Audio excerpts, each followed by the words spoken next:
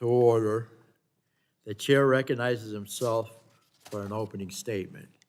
Good morning and welcome to today's subcommittee hearing. Cryptocurrencies and certain financial aspects of blockchains have hijacked the public's attention when it comes to this emerging technology. Today's hearing will highlight that blockchains are not just impacting Wall Street, but are also changing Silicon Valley and the internet as a whole. It is essential that Congress accurately understand what it is regulating before it does so. That would be nice. This is a complicated topic, which is why I'm looking forward to the superb panel of experts educating us here today, and welcome. The core issue is about how data is organized, preserved, and protected, which is the jurisdiction of the subcommittee. As I understand it, a blockchain is a linked list or ledger of transactions stored on a network of computers. Blockchains are composed of building blocks of data chained together in cryptographically.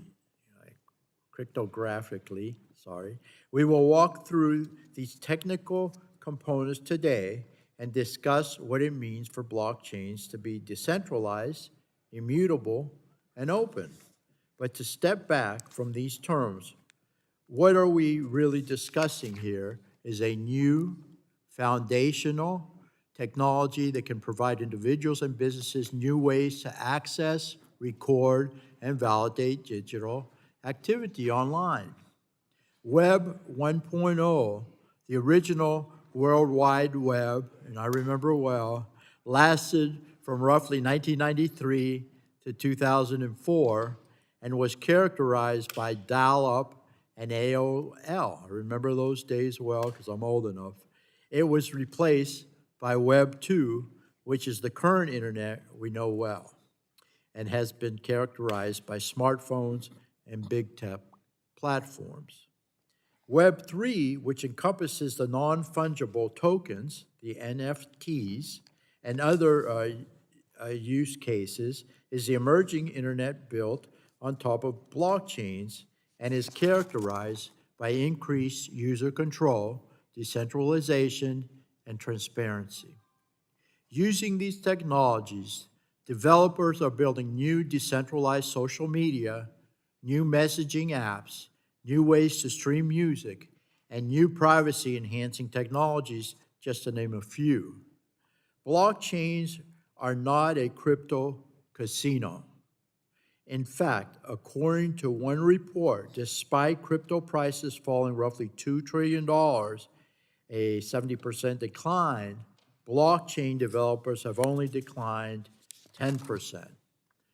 There are respected developers who aren't trying to make a fast buck, but rather they're building a new evolution of the internet.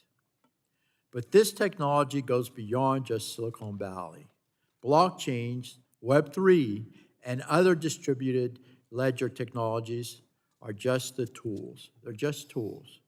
Like the internet, blockchains will impact many areas of our jurisdiction and can help address challenges with our current internet ecosystem, bolster supply chains, verify information, and increase efficiencies for businesses.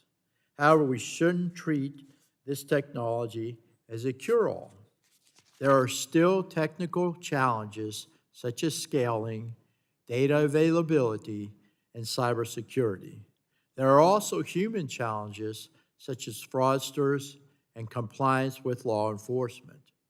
As with any new technology, scams do exist in the blockchain ecosystem, unfortunately. As this committee knows well, the number one federal regulator of scams and fraud is the Federal Trade Commission, and that's where we want its focus, okay, on scams and fraud. Instead of diverting resources to fight a legal battles over possible competition theories, the FTC should focus on protecting Americans from fraudsters, as these bad actors migrate from older technologies to these new technologies, unfortunately. Again, we see it all the time. Last Congress, my bill, the Ransom Act, was signed into law. This legislation requires the FTC to increase cooperation with foreign law enforcement and report on ransomware and other cybersecurity-related attacks. When international hackers target Americans using blockchains, the FTC should take a lead role in ensuring they are made whole.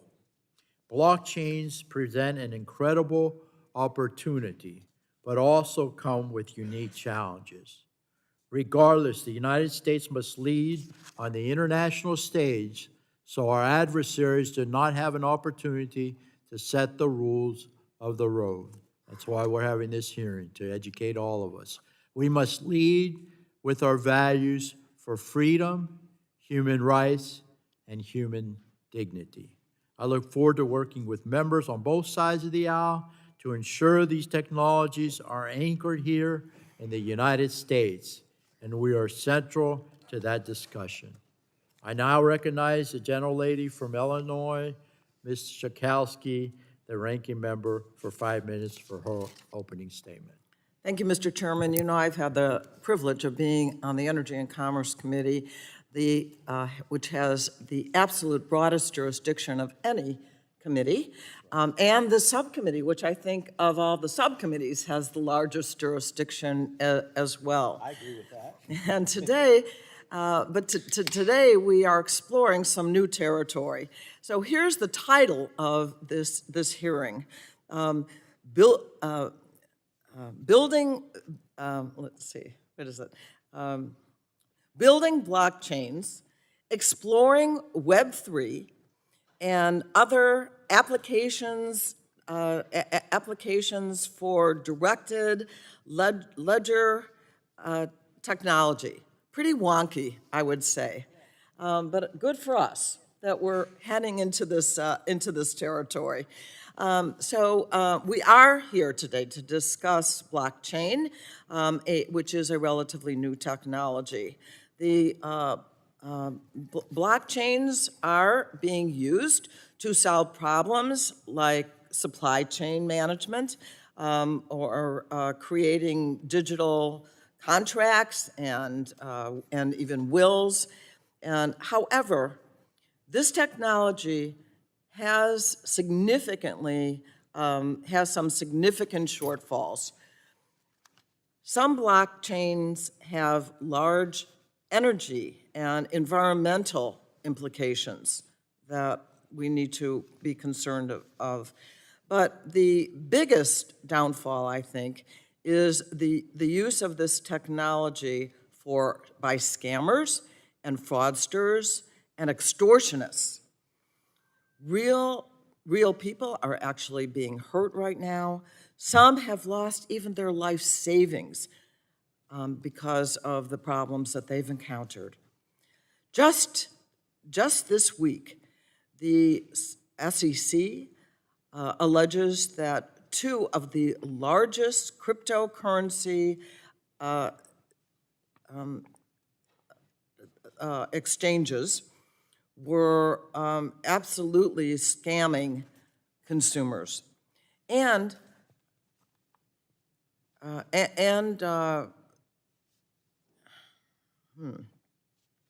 that say? Oh, okay, yes, and criminals often are demanding, and you were talking about your legislation, that ransom be paid, and sometimes that even has affected hospitals in a really negative kind of way.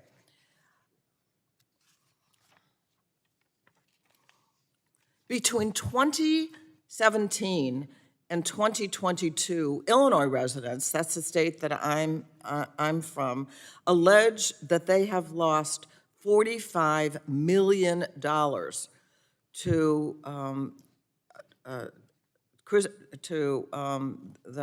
the currency scams. So we have the tools. That's the good news. We do have the tools. We have the Federal Trade Commission, And like the chairman has said, we want to make sure that the Federal Trade Commission has the resources that it needs to make sure that in this new developing technology, that they are going to, they have the tools, but now are they going to have the resources? And so I look forward to hearing from our witnesses, the people who really know what they're talking about, and I hope that you will educate us to the extent that we need to do our part as members of Congress to make sure that we can partner with you and the information that you give us to make sure that this is a safe environment for consumers and for our economy. So I want to thank you very much for being here. I look forward to learning a lot from you today. Thank you, and I yield back.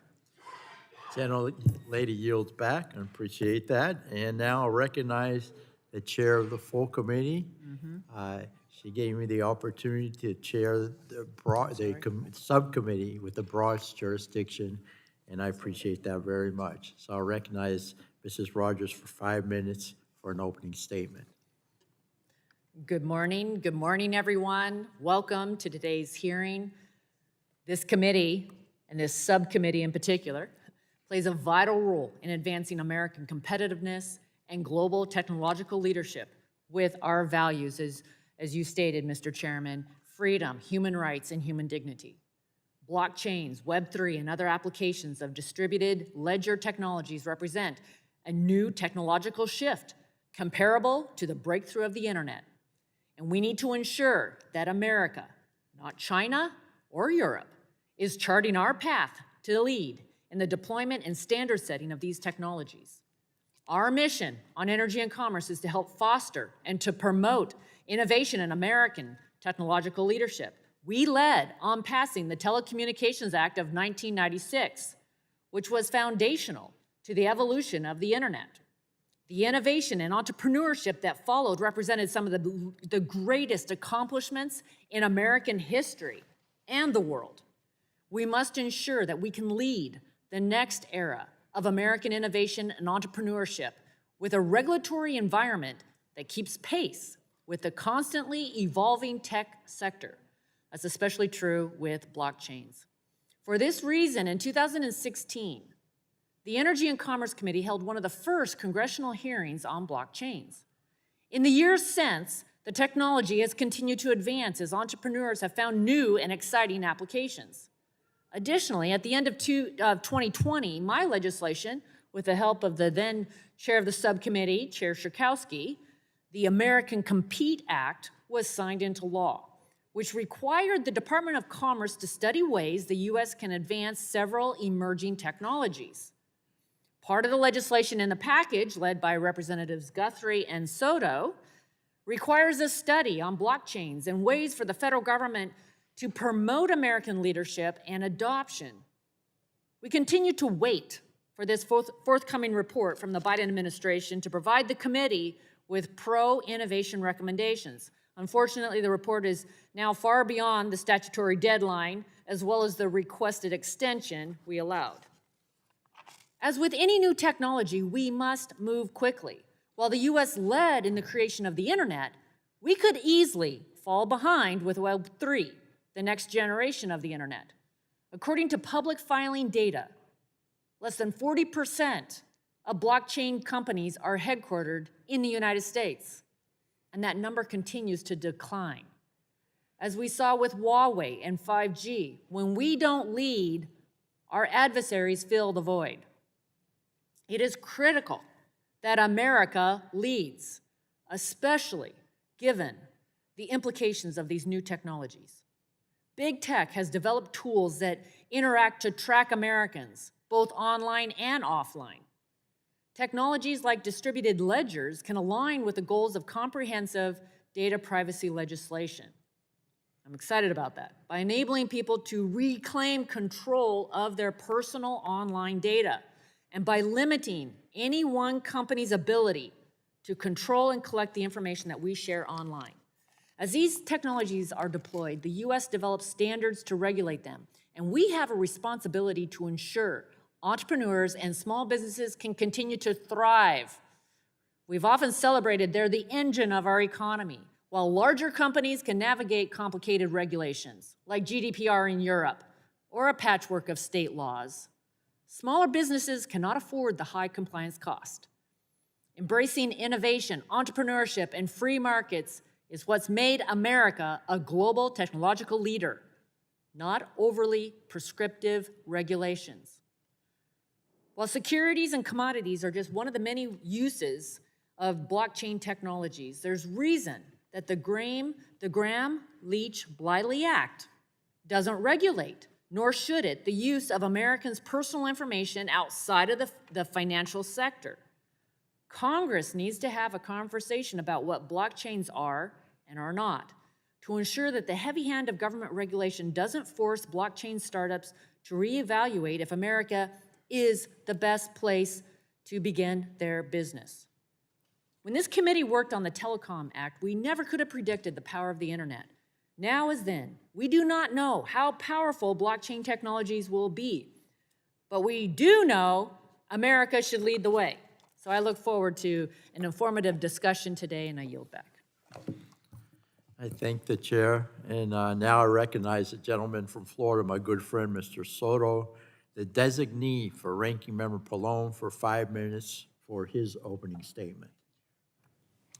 Thank you, Chairman.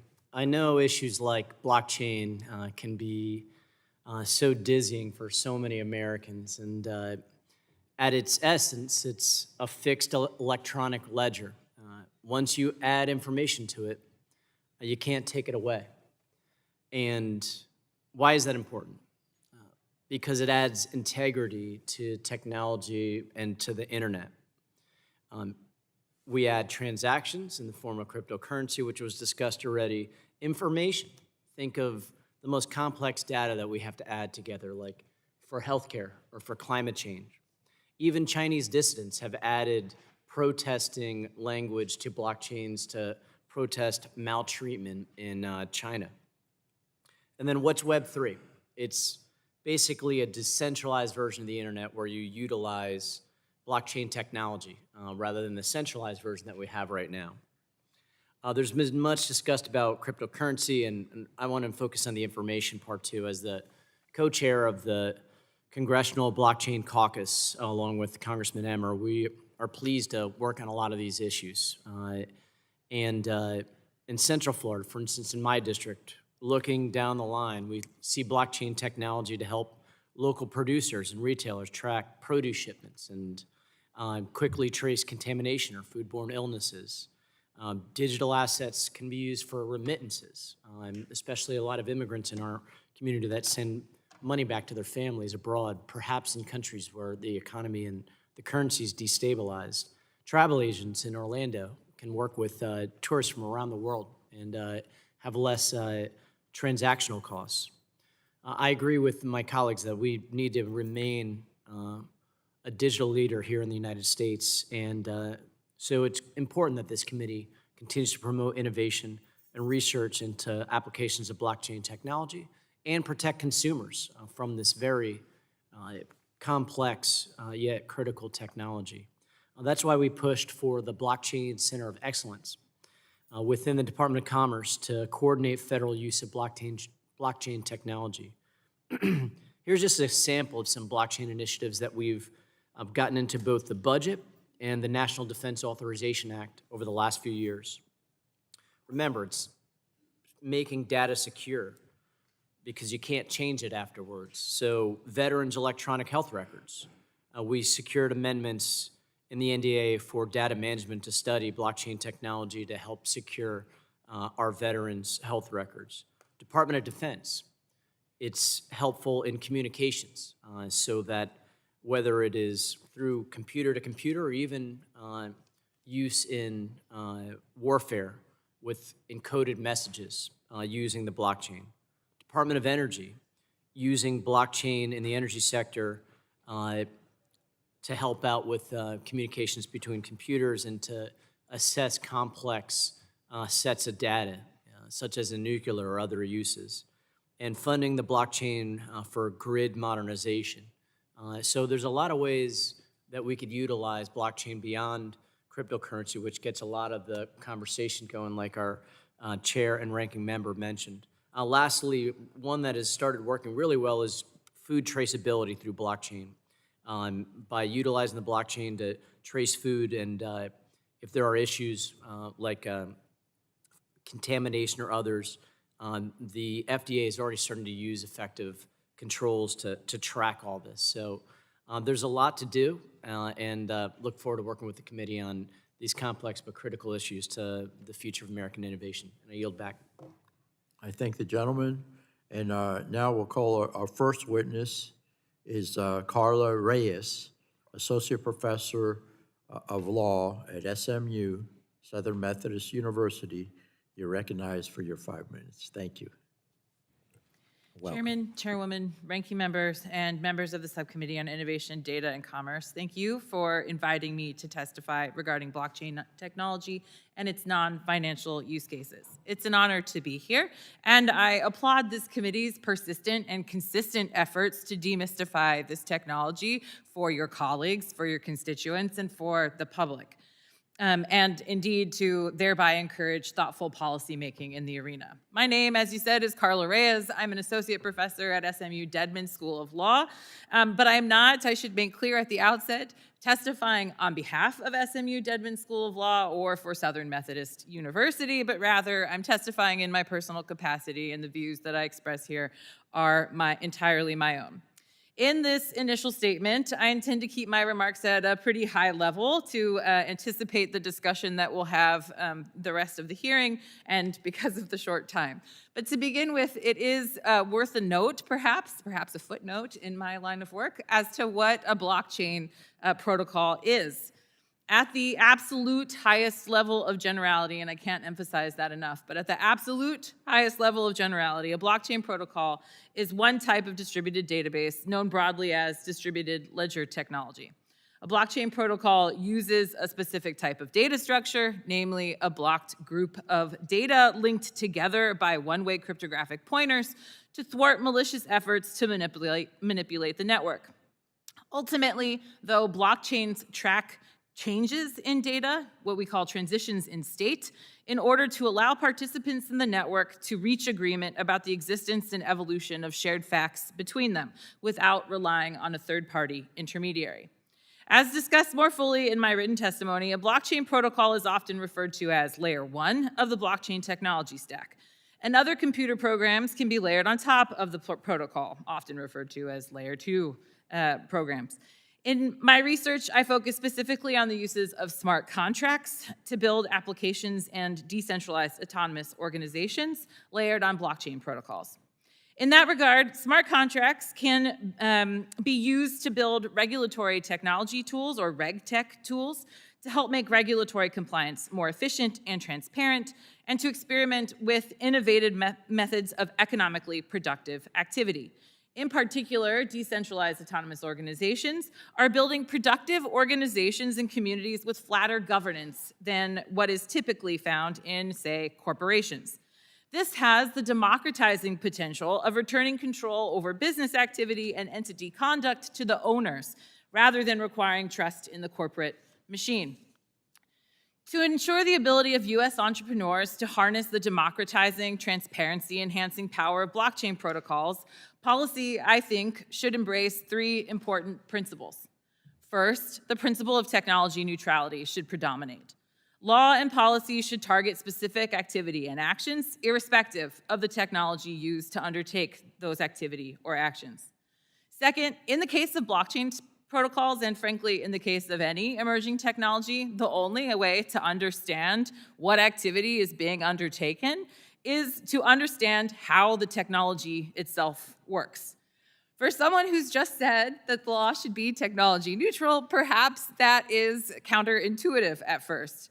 However, understanding how blockchain protocols function, including their limits, is the only way to identify how people are using it and whether that use requires legal or policy attention in the first instance. As a result, when it comes to policy, technical precision is required in the way we talk about what blockchains do, in the way we understand what they accomplish, and when crafting law to effectuate that policy, technology neutrality should prevail. Third, blockchain protocols are not monolithic. The technical details of blockchain protocols and the applications that are built on top of them vary widely, and those differences matter for law and policy making in this arena. Precision in how we talk about what a particular blockchain protocol does or the features of a particular cryptocurrency or token prevents the creation of one-size-fits-all policy and legal frameworks that leave industry confused and clamoring for deeper clarity. Finally, it's my view that if we keep these principles in mind, the law itself stands to learn from blockchain technology and its use cases. Blockchain technology, like other emerging technology, acts as a mirror for law. Yes, we ask, how does the law apply to the technology and its use cases? But the technology itself can reflect back to us places where there are gaps in our law, not just as it applies to the technology, but more broadly as it applies to the thing it was originally intended to regulate or govern. And with that, I'll end my remarks. Thank you very much. Okay, next we have, very well done and very right on time. Our next witness is Hashi Sudler, professor of Villanova University and CEO of Internet Think Tank, Inc. You're recognized, sir, for 5 minutes. Thank you. Thank you very much. Thanks for and being here. good morning. Thank you, Chair Bilirakis and Ranking Member Schakowsky. And I would like to also thank all members of the subcommittee and staff for inviting all of us to discuss this rather important topic about blockchain technology. My name is Hashi Sudler. I'm the chairman and CEO of Internet Think Tank, a technology and science research institute based in LA with research offices in Philadelphia. I'm also the adjunct professor at Villanova University, teaching in both cybersecurity and blockchain technology. I'm a contributing author to 2 books in cybersecurity and blockchain. In cybersecurity, the handbook of research on counterfeiting and illicit trade, and in blockchain, the book Blockchain Impact, which outlines a variety of use cases for blockchain technology. Over the course of my research at the university and both in my company, we've looked at a variety of use cases for blockchain, particularly non-financial applications of the technology, to really explore its potentials. 2 of those technologies lie in healthcare and in space sciences, both of which I'd like to share with the committee today. In April 2020, I presented to this very same committee an innovative technology using blockchain for contact tracing to address the pandemic led by COVID-19. We used blockchain technology in cooperation with cell phone devices, where the cell phones would detect proximity between 2 individuals and would push that contact information to a blockchain, which can be global in nature. Its very architecture is very global. Also, it is anonymous, so it masks the actual individual who may be infected with COVID, but it delivers the critical information of who may have come in contact with someone with an infection. This was particularly beneficial when we look at the fact that COVID not only spread in individual countries, but you had individuals moving between countries, so infections were being spread between countries. Yet the technology that countries were using typically were very local. Japan had its own contact tracing application. The UK had its own. In the US, actually, we had state-based contact tracing applications, so we were even further subdivided in the United States. So even if a person moved from one state to another, it was very difficult to trace how that person may be taking COVID to a different region in this country, let alone different regions of the world. The blockchain put a very important benefit to contact tracing because it could be global. Therefore, if individuals had the same application on their cell phones, and practically everyone in most regions have cell phones, we would be able to detect contact between individuals who came within close proximity. And if one of those individuals later were found to be COVID-19 positive, regardless of where they were in the world, others who came in contact with that individual would be notified that they may have been infected themselves. The work itself was very well received. We did some case studies and reviewed the technology with Presbyterian Senior Living in Philadelphia. That is an assisted living facility with aged individuals, obviously a very critical population that we wanted to protect. So the technology certainly was very useful. And for that particular age group, individuals did not like using cell phone devices. They were rather hard to see. The other usefulness of blockchain technology is that you can have different types of devices hanging off of it, whether it be laptop computers with broader views or mobile devices. The blockchain itself is device agnostic, and therefore we can have various input devices, whether it's thermometers or other camera scanners looking at large populations coming together, and you can read it off the blockchain in a variety of other devices as well. The challenges that we found is that there was no global technology strategy for COVID, and obviously we're all figuring out ways and solutions to address the pandemic. But I feel that given that the virus has no respect for borders, we need a technology that is also able to work across borders as well. So I would encourage for future regulation that we look at ways in which we can ensure that a technology goes across our borders between states, but also encourage the government to cooperate with other governments and collaborate on perhaps a standard where we can address such a critical issue such as COVID in a unified way. I want to talk a little bit about a second technology that we're working on, and then we're a little short on time, I'll be brief. And that is the application of blockchains on space satellites. My company in particular is working on building technologies that will put blockchain on space satellites, extending it beyond the Earth's surface. And the benefits there is that now we can have satellites communicating directly with other satellites and to be able to transfer useful information, very unique information to each other, enrich the data of other satellites, and to be able to solve problems based on what those satellites were able to see and deliver that to individuals on Earth in need of that data. In combination with technologies like zero trust technologies, we can encrypt the information on those satellites and ensure that even the nodes that they are passed across, the various satellites they move across, it is private until it reaches the individual it is designated for.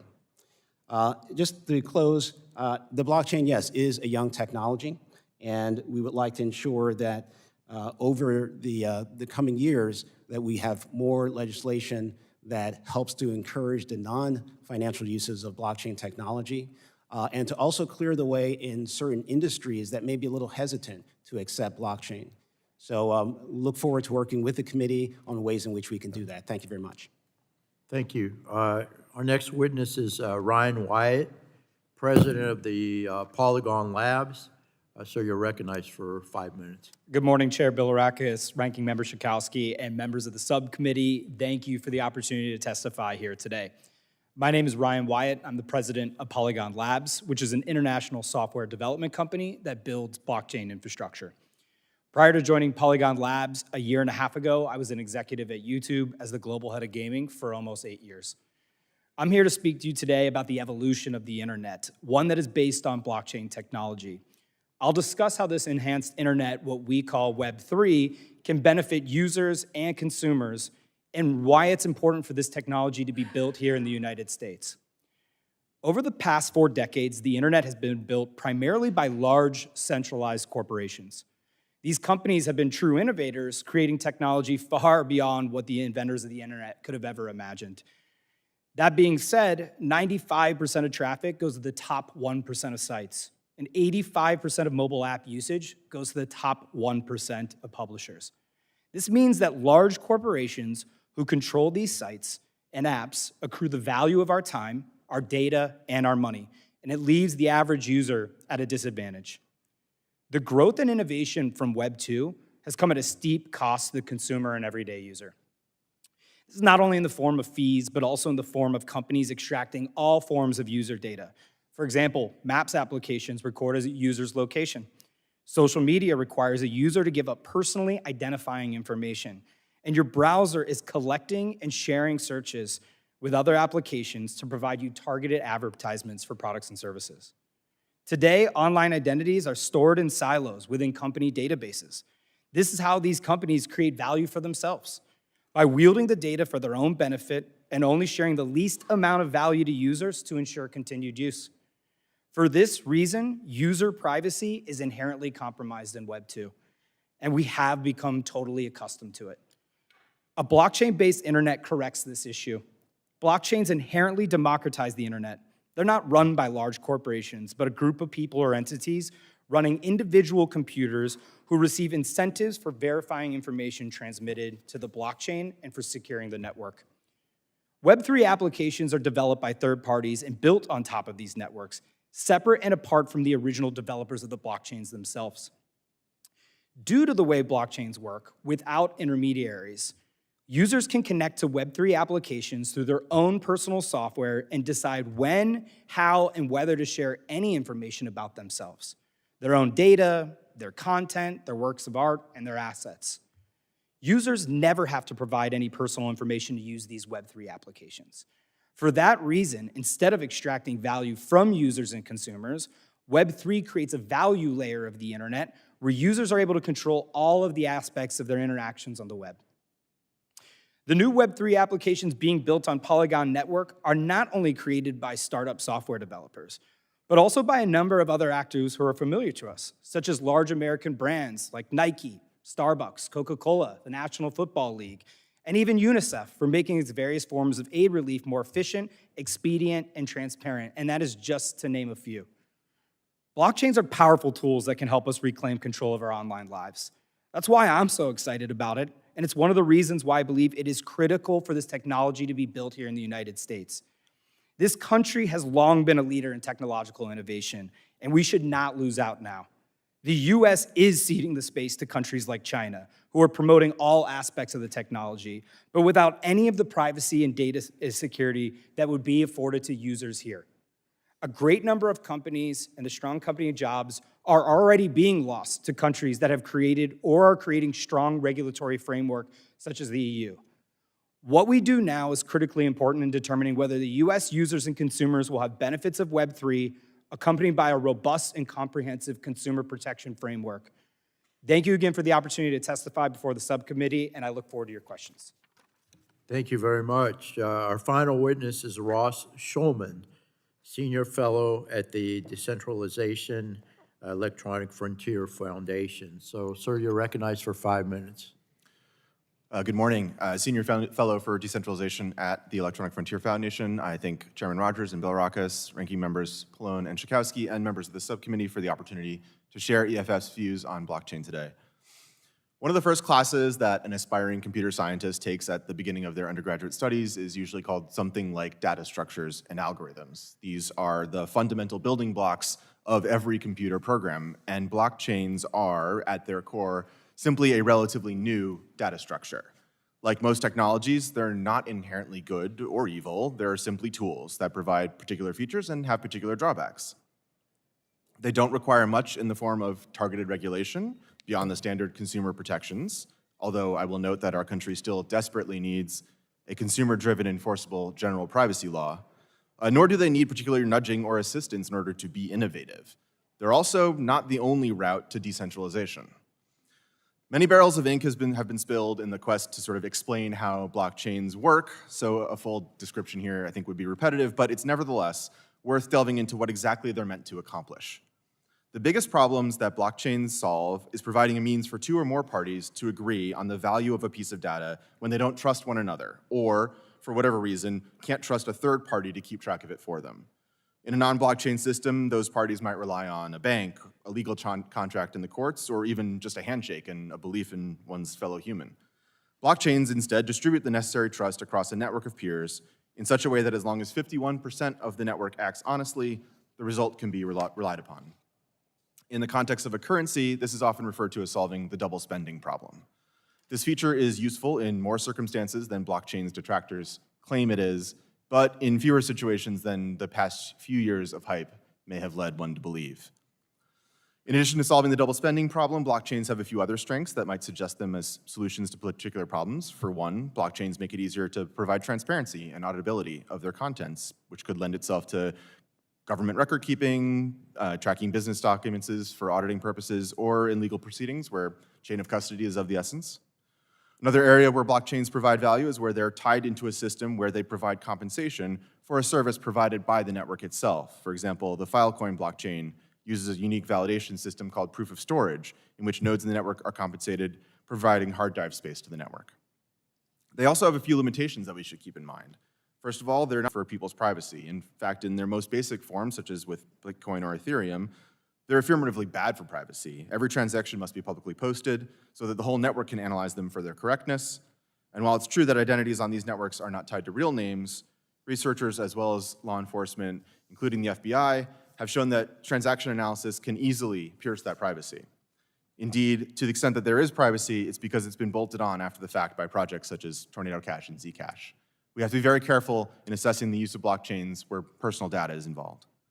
Their second limitation is relative inefficiency. As many probably already know, some blockchains require every node in the network to expend large amounts of resources in an effort to solve meaningless mathematical equations just to validate the next group of entries to be included in the ledger.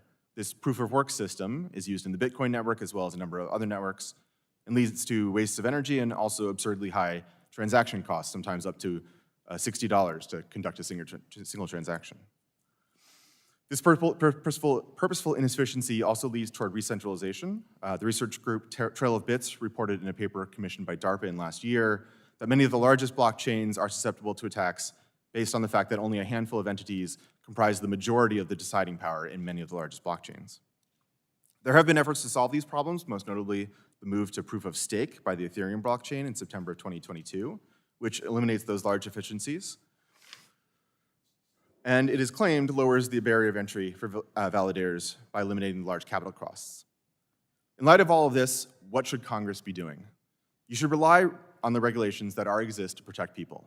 Much, if not most, of the harms that may arise from use of blockchain are going to be well covered by existing protections, such as the FTC's unfair and deceptive practices prohibition.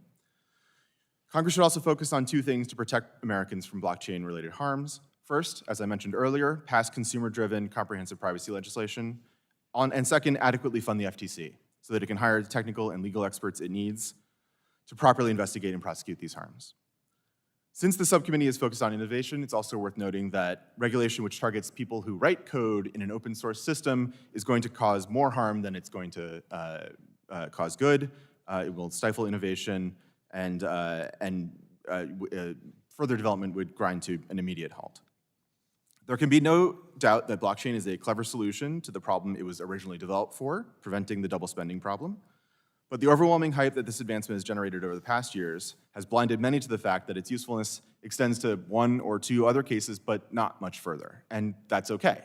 Hammers won't help you tighten a bolt, but they're great when you need to drive a nail. And just as with other tools, regulating blockchain because it's blockchain would largely be counterproductive. It's nearly always more appropriate to regulate harmful actions than the tools used. Thank you again for the opportunity to provide this testimony, and I look forward to answering your questions. Thank you very much. I appreciate it. I really appreciate all your testimony. It's very informative. So what I'll do is I'll begin the questioning and recognize myself for 5 minutes. The first question is for Ms. Reyes.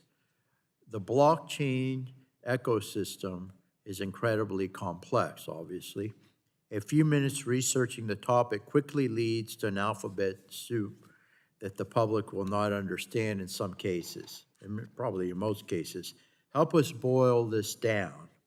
At its most basic form, is this a new protocol database? Or in other words, we're really talking about a new way to send, organize, and preserve, verify, and protect data. Is that a fair characterization? We'd appreciate the response there. Thank you so much for the question. So I entirely agree that if you were to Google it, you get an alphabet soup of words that's difficult to understand. Indeed, I have a series of papers looking at how different constituents in the ecosystem talk about the technology themselves and noting that they often talk past each other. The technical experts use different words, the lawyers do use different words, et cetera. But so you're absolutely not wrong. But as to the characterization of it being a new way to store, send, organize, preserve, verify, and protect data, kind of. So I think, honestly, it depends on the blockchain and the purpose to which it is put. Many blockchains are not general purpose databases, right? So take the Bitcoin blockchain, for example. The Bitcoin blockchain is very good at tracking which UTXOs have been spent and which have not. And that's what it does. It tracks which UTXOs have been spent and which have not been spent, and who controls the UTXO. And I should say a UTXO being one of those alphabet soups, it's an unspent transaction output. It's essentially what people refer to as a Bitcoin, right? Other blockchains can, however, enable decentralized file storage. I think Filecoin was already referenced, and another example might be IPFS. But generally, I'd say the extent to which you can view a blockchain as a data storage service, in and of itself, depends a little bit on the architecture of the blockchain protocol, the purposes to which it was intended to be put, and a lot of it about understanding the technology stack that a blockchain operates on. So the blockchain protocol itself is just the base layer, right? It's the mechanism by which the nodes communicate with each other about a specific thing. In the Bitcoin blockchain context, the transmission of UTXOs, the spending of unspent transaction outputs.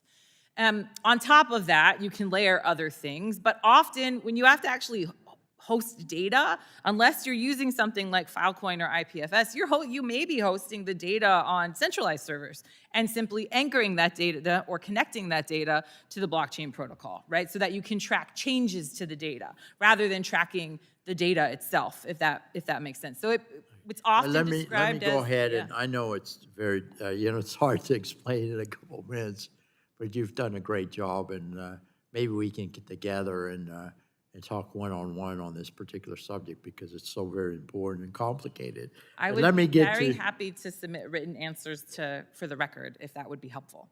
Thank you. And then, so let me get to Mr. Sudler, if you don't mind. As you know, I'm from the state of Florida, the home of space explorations. It gives you an opportunity to elaborate on what you were saying. So I was specifically intrigued by your discussion on satellites in your testimony.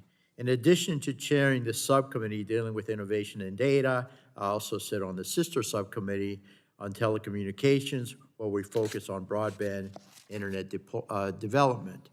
Can you explain how blockchains applied in this space, how it will protect security and resiliency, if you can elaborate? Absolutely. How will it further, again, innovation above our atmosphere as well? Please. Yeah, absolutely. So carrying the blockchains into space is essentially taking it into a new region of computing.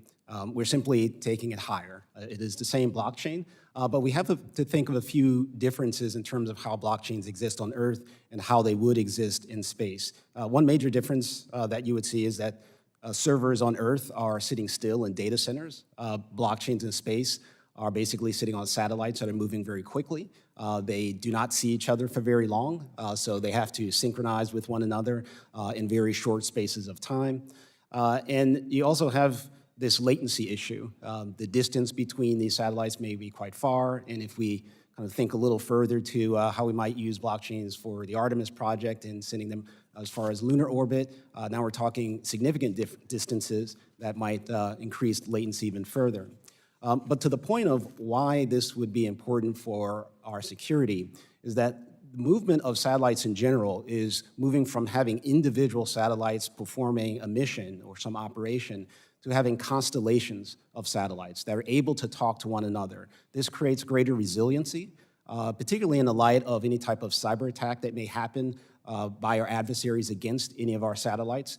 In a blockchain network, if one of our satellites is lost, that's not a problem because the other satellites are aware of the transaction history. They understand what that one particular satellite was tasked to do, and they can take over the activities of that lost satellite or disabled satellite. So we see certain resiliency in having blockchain structures.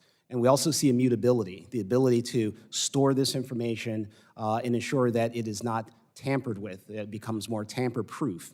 So if someone wanted to cyber attack a particular satellite and change information, the information on those satellites are quite resilient to change because of the immutability of blockchain. So we see some very unique cases where blockchain plays a very nice role in helping to secure the security of the satellite itself, but also national security because a lot of our satellites can be tasked for national security purposes. Okay, thank you very much. I appreciate my time has expired. I yield back, and I'm going to recognize the ranking member for her 5 minutes of testimony or so. If you want to go over a little bit, that's fine, because I did. We got to be fair. Thank you. We recognize you. Thank you, Mr. Chairman. So I am, I see myself as someone who really wants to protect consumers and against scams. So, Mr. Shulman, I wanted to ask you if you could describe what type of blockchain scam, what they look like, what tactics are used, and if you have any advice, aside from what we can do as Congress to protect consumers, but are things that consumers ought to be watching out for? Certainly, thank you, Congresswoman. In many ways, the scams that we see in the blockchain space are as old as time itself, right? They have a new sheen on them. They involve oftentimes paying the scammer in a new way using Bitcoin or some other cryptocurrency. But fundamentally, they rely on the same human failings that people have had forever. The fear of missing out, the ability to see only the upside of risk instead of the downside, and the promise of great riches. And any scammers that are operating today are using those same human failings, but they're using a better and a faster perhaps method of getting the money out of their target than perhaps you could have done in an older time frame. People today should keep their head on their shoulders in the same way that they did 10, 15 years ago before blockchain. I think the FTC has some great resources that people should absolutely look to in terms of ongoing scams, the things that they're seeing on a regular basis, and people should definitely check those out. I think generally speaking, unless you're really expecting it, I think the number one piece of advice would be if someone tells you to send them cryptocurrency in a way that you are not anticipating, just don't. That's a good sign that it's probably a scam unless you are really already know what you're doing, I think. Even though that we've seen some dramatic failures, I think that promises that you can make a lot of money or that there's zero risk is really a lure still continues to be a lure, and I appreciate that, your warnings. Now, the FTC has issued reports on crypto, what is that? I'm sorry? Oh, and that what the report was that consumers report over $1 billion in losses in 2022 and in 2021 and 2022. And we know, we all read about it, and this is really, I think, the tip of the iceberg. But Mr. Shulman, in your testimony, you mentioned that importation of the FTC, I'm sorry? Oh, that the importance of the FTC consumer protection work would, how would you elaborate on exactly what if you were on the FTC, what do you think that we need to do? Well, I want to first take a moment to laud the FTC. They do amazing, incredible work, and I would hesitate to tell them their business. I think, honestly, the biggest issue. Tell us our business to tell them. Okay. I also hesitate to tell Congress their. No, that's not true. I think the biggest issue for the FTC is not necessarily that they don't know what to do, but they just don't have the resources to do it. I think more of the same is probably what's necessary. A few years ago, the then chairman of the FTC, Simons, sent a letter, actually to you, ma'am, talking about the resources that the FTC had available to it. Said at the time that they had about 40 full-time employees or full-time equivalents devoted to privacy and data protection, and then compared that to some of the other nations around the world. For example, in the UK, the Information Commissioner's Office, which is their equivalent of the FTC, had about 500 employees dedicated to that. So we need more technologists. We need to hire more people who really know what they're doing and what they're looking for. Yes, ma'am. Okay, thank you so much. I appreciate it, and I yield back. I thank the gentlelady, and now I recognize the gentleman from South Carolina, Mr. Duncan. Before I do, Mr. Duncan, I want to clarify, these are not That's Clemson Clemson orange. colors. These are Gator colors. Clemson Orange. Okay. Thank you, Mr. Chairman. I want to thank you for your leadership on both blockchains and on name, image, and likeness, NIL. I especially want to thank you for releasing your NIL discussion draft, which I'm sure we both hope will ultimately lead to certainty in this space. My question centers on the overlap between NIL and blockchain. Student athletes have a unique platform to create business opportunities for themselves, and we could potentially see a case where a student athlete uses their NIL to create a digital sports collectible through NFTs. So, Mr. Wyatt, how are you seeing NFTs being used by athletes in the digital sports collectible space? Thank you for the question. Yeah, I mean, even Nike is a participation in the space, so I think it is good for athletes that are moving forward. One way is a way for them to uniquely offer opportunities to their community and fans. And so what we're seeing right now is people are using almost NFTs like a membership pass. So people can come in, they understand that there is a finite amount of them, it's access, and then the athletes can use them to do whatever they want, whether it's meet and greets, they want to do autograph signings. There's a lot of different opportunities for them. But it really clarifies when somebody buys this NFT membership what they're getting from that athlete, and now it's opened up a whole new monetization stream for them. Because these blockchains are open protocols and public goods for everyone, anybody can deploy. So it's great for athletes to be able to really start to think about it in a unique opportunity with NIL as well. Yeah, thank you for that. Professor Reyes, how could blockchains be used to track an athlete's engagements with an agent and NIL deals? Microphone. I think this is an excellent question. I'm not sure I'd want to speculate entirely, but I think the first question to ask is whether the athletes, the agents, and if there's any body overseeing the whole thing, whether they trust each other and whether they can trust the information being passed back and forth. Otherwise, I'm not certain a blockchain is necessarily needed. So a blockchain, right, is generally, I think as other folks have mentioned already this morning, generally used when folks in a arena don't know each other necessarily and don't trust each other and don't trust a third party to handle the information for them. So they use the technology to do the thing. Wouldn't it also not help sure others can do. the people that oversee the activities and help them track and monitor the deals, whether it's the conferences, the universities themselves, or some other governing authority? So maybe if they need, again, if there's an information gap or a difficulty in getting the information from the participants in NIL activity, but otherwise a centralized agency can always use a just distributed database, and maybe it's a distributed ledger rather than a blockchain, right? A permissioned distributed ledger that isn't necessarily energy intensive, linking blocks of data in cryptographically linked chain. It could just be as much as a use case for a distributed ledger, like a permissioned one, where you cordon off who can participate and what kinds of entries they can make into the system. Yeah, thank you for that. I want to shift gears. How can blockchain technology combat fraud, corruption, and intellectual property infringement? And I'll go to Mr. Wyatt for that.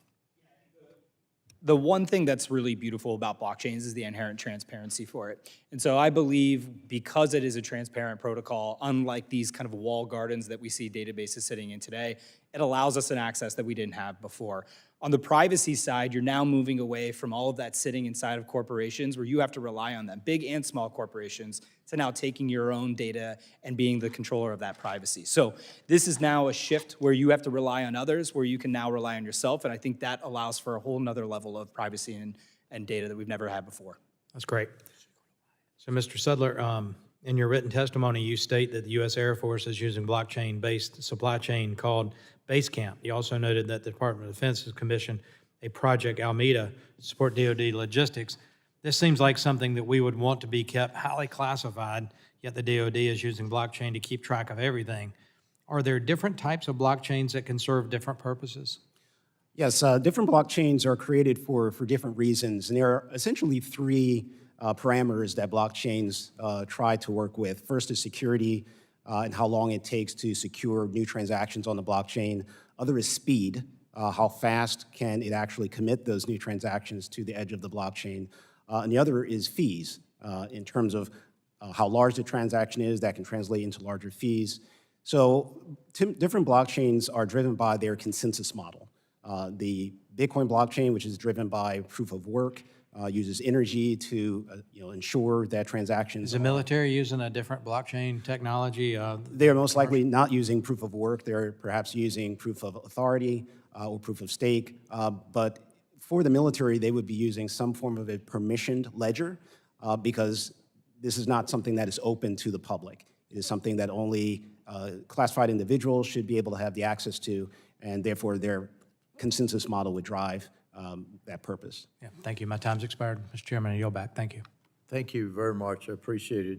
Now, I'll yield 5 minutes to the gentlelady from New York, Ms. Clark. Thank you very much, Mr. Chairman, and pleasure. to our ranking member for convening this hearing, and to our panelists for joining us today. The jurisdiction of this subcommittee often requires us to attempt to address the challenges of tomorrow with only the information available today. While our collective understanding of blockchains, distributed ledger technology, and cryptocurrency has come a long way since this committee first held a hearing on these issues in 2016, it is apparent that we have a long way to go to enhance our knowledge as we consider legislation in this space. That's why this hearing and others like it are so important. We as policymakers need to ensure that we have a deep understanding of this technology in order to best create a regulatory environment that protects consumers while fostering American innovation and leadership. With all that in mind, I'll be keeping my remarks and questions brief and to the point. My first question is to Mr. Wyatt. I'm interested in cybersecurity implications of distributed ledger technology as we transition to Web3. Can you speak to what impact, if any, this technology may have on future cybersecurity, both from a defensive and offensive perspective? Yes, thank you for the question. I believe right now we do have a lot at the application layer that we can continue to protect consumers with, both on the protection and privacy side. I believe with the transparency that there are a lot more things that we can be doing as far as just overall making sure that the networks are secure. I also think we can do things like standardized code auditing so that we have a baseline that we adhere to for these protocols to ensure that these continue to be very secure, very private. Obviously, in addition to that, users do own their own data, so there inherently is more privacy because of that. But I think these are critical steps that we need to take because I actually do believe we are behind relative to other countries on these matters. Are there any other witnesses that have anything to add in this regard? Okay, thank you.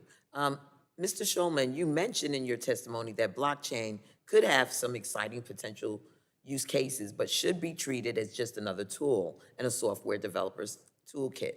Could you elaborate on that? Are there limitations of this technology we should be aware of? And how should members of this committee think about what blockchain is and is not? Absolutely, thank you. It's a good question.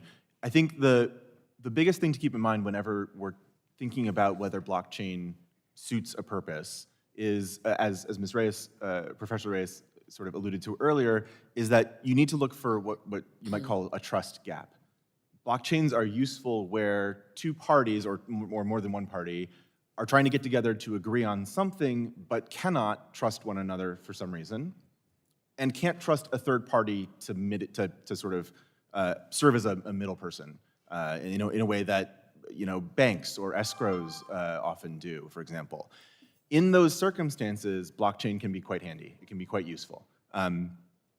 It has drawbacks that we've talked about as well that make them unsuitable to other situations where you need, for example, speed. Blockchains are not the fastest way to figure out an answer to a question, for example. They're not great, although they can be massaged to make privacy useful, but they're not great at privacy because of the inherent transparency that is necessary in a blockchain situation. And so those are situations where you would want to reach for a different tool. But But yeah, I think that's more or less. And to the entire panel, there've been a lot of discussion about energy use with respect to blockchain technology. Would you opine on that? We're in the midst of a real struggle around, how we will transition in energy, and clearly, as we expand and Web3 becomes sort of the dominant use of the technology. What would you say to those who are concerned about energy consumption? Congresswoman, I would like to weigh in here. Polygon Labs is a blockchain software company. We are incredibly passionate about this topic. It's worth noting that 19 of the top 20 protocols are proof of stake and not proof of work, which means they are not as energy intensive. And in fact, Polygon Labs ensures that we remain carbon neutral. It's a big part of our mission. We report third-party audits with maintaining that integrity. And I think this is something that a lot of people that are building in this space are quite passionate and care deeply about. And so I just want to say that we share that importance, and I think it is an integral part of kind of growing and scaling this technology. I'd like just to add to that, we all started with the Bitcoin blockchain, which used proof of work, very energy intensive, and in some countries, the largest amount of spend is actually on energy due to Bitcoin mining. So obviously that's unacceptable and unsustainable. But as a global society, we are evolving from that. We're moving to proof of stake, we're moving to proof of authority, other consensus models that do not use that type of energy. And certainly, as we're applying blockchains into space, it would be impractical to have proof of work that's so energy intensive, weighing down satellites. It would drain the batteries of those satellites very quickly. So we are quickly realizing that there are other alternatives to how we are doing these consensus models with blockchain that do not use as much energy. So I'm pretty confident going forward, we'll all see the future of blockchains using less energy consumption. I know the time has expired, but I hope I might be permitted to comment briefly. I would say that it's important to note that protocols that use proof of work versus protocols that use proof of stake have different technological architecture value propositions, right? So Bitcoin blockchain is very focused on the security and integrity of the blockchain itself, and proof of work is viewed to maximize the security of the protocol, versus proof of stake values throughput and scalability, right? And so it's not only about energy consumption, but it's also a technical architecture choice that is made given the value and proposition of that particular protocol. Secondly, I'd say I think that Hey, we've got to move on. Thank you very much. And then we can have further discussions. I appreciate it. The gentlelady yields back, and I'll recognize the chair of the full committee for her 5 minutes of questioning. Thank you. Thank you, Mr. Chairman. I yield back. Mr. Wyatt, I appreciate you being here today to tell your blockchain story. And you captured well in your testimony how big tech companies silo our data and create value for themselves. Can you explain to us how your company or other similar services can provide an alternative solution to the concentration of this data that has led to abuses and breaches? Yeah, look, I think largely when you look at corporations, they may have not had other solutions on where some of this data can be held. And really, if you look at what blockchains have been doing over the past decade, they finally have gotten to a point where this technology can actually meaningfully scale to really support hundreds of millions, if not billions, of individuals building on top of it. And so I think the big thing about it, as I see the movement moving over into this space, is that people now owning their privacy and owning their data is really critical. Whereas corporations were owning that, we trusted them to own that, and they monetize it, right? It is how a lot of these businesses make money that are in the space. And so just because of that shows that there's an inherent value of having data, right? Or having someone's individual information. And so we should be bringing that back to the individuals where they should be making those decisions on what they own, how it's used, and what they want to do with it. And that's what I think the beauty of blockchains do. Thank you. Enacting a federal data privacy standard is a top priority for me. And in some ways, it's counterintuitive that decentralized data could be private, because one would think that one's information is available to everyone. I know that you referenced zero knowledge proofs in your testimony. Would you explain the concepts of that and how it can coexist? Yes, without getting too highly technical on the concept, you're right. One of the things that we tout often here is the transparency of the blockchain. That is true. There's a lot that you can do with it, and that isn't the beauty of it. But I think without having the ability to have more ownership of your privacy, that can, have its own shortcomings. And so what zero knowledge does is effectively let you have the best of both worlds. You can have the transparency of the blockchain, but you can self-select as an individual what you want to share with any of these applications that you're interacting with. And zero knowledge allows that ability to happen through cryptography in a trusted way. Thank you. Thank you. Ms. Reyes, you provided a lot of information on smart contracts in your testimony, as well as the fact that it doesn't require mining for more information to complete a transaction. This has clearly not been the approach big tech has taken historically. You noted an example of mortgage alerts, which you see this as being applied to a compliance mechanism when a company changes its privacy policies to alert users. Would you speak more about smart contracts? Sure. So briefly, a smart contract, simply, despite what folks may have said about it being an artificially intelligent, legally enforceable contract, like that's not what it is, right? It's just a computer program that says if X happens, then Y executes. And in the context of privacy policies, for example, I think your question, Chairwoman, speaks to whether it could be used as an alert system to indicate to the FTC that a company has changed their privacy policy. I do think that could be an area looking back to like when is a good use case for blockchain technology where the FTC doesn't necessarily trust privacy policy compliance of the corporations. The users don't always know when the privacy policies have been updated, or even when they push I agree, they didn't really realize what they did, right? They didn't read it. Certainly this could be used to alert folks that it has happened. I'd say it could go farther. I'm working on research to think about using smart contracts as the basis for privacy policies so that you could have granular permissions over how your data is used in a specific context. At the moment, I'm thinking about that in the context of K through 12 education, actually.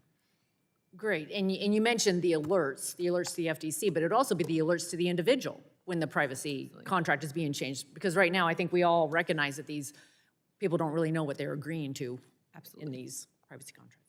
Mr. Sudler, thank you for providing your insight again today, as you've previously done during COVID. How important is it for the United States to lead on this technology? I think it's incredibly important because essentially when you have the world facing a huge crisis, that's when leadership is shown. And if the United States is going to lead in blockchain technology, then it really should demonstrate that during a point where the world needs it the most. So I think what this does is when we're facing situations like COVID, if the United States shows its power economically, militarily, and through technology, we demonstrate to the world that we're not here to just say we're leaders, we're here to show it.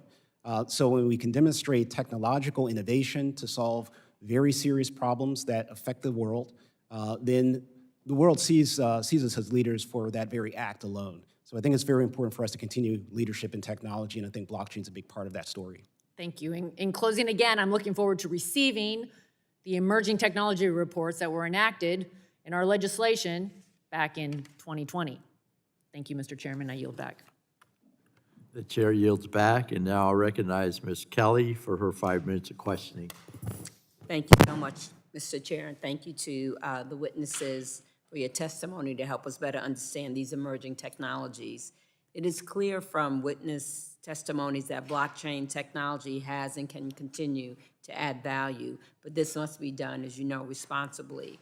As the chair of the Congressional Black Caucus Health Brain Trust, my priorities include protecting health equity and reducing health disparities in all communities. So I'm interested in the benefits of blockchain technology in the healthcare sector, but I think it's important that we understand any potential drawbacks. Patients' healthcare records are very private, and we know there are bad actors looking to steal the data. And similarly, we know healthcare services are disrupted when hospital systems fall victim to cyber attacks. So I wonder if data privacy and security can be negatively impacted should healthcare systems broadly adopt and use blockchain technology. But I'm also pleased to learn more about the potential applications in the agriculture sector. My district is urban, suburban, and rural.